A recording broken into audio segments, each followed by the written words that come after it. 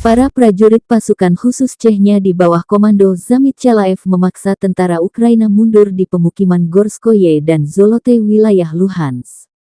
Rekaman ini, Anda melihat pejuang Chechnya mengejar mereka di antara pemukiman Gorskoye dan Zolote, sedemikian rupa sehingga mereka tidak bisa lagi melarikan diri kemana saja. Demikian keterangan video yang diunggah Presiden Chechnya Ramzan Kadyrov di Telegramnya Rabu tanggal 15 Juni.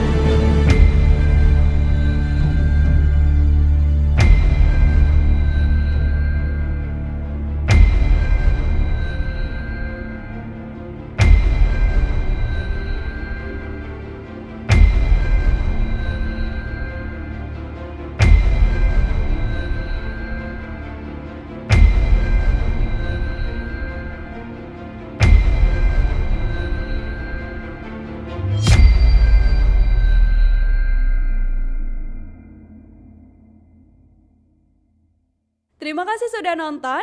Jangan lupa like, subscribe, dan share ya.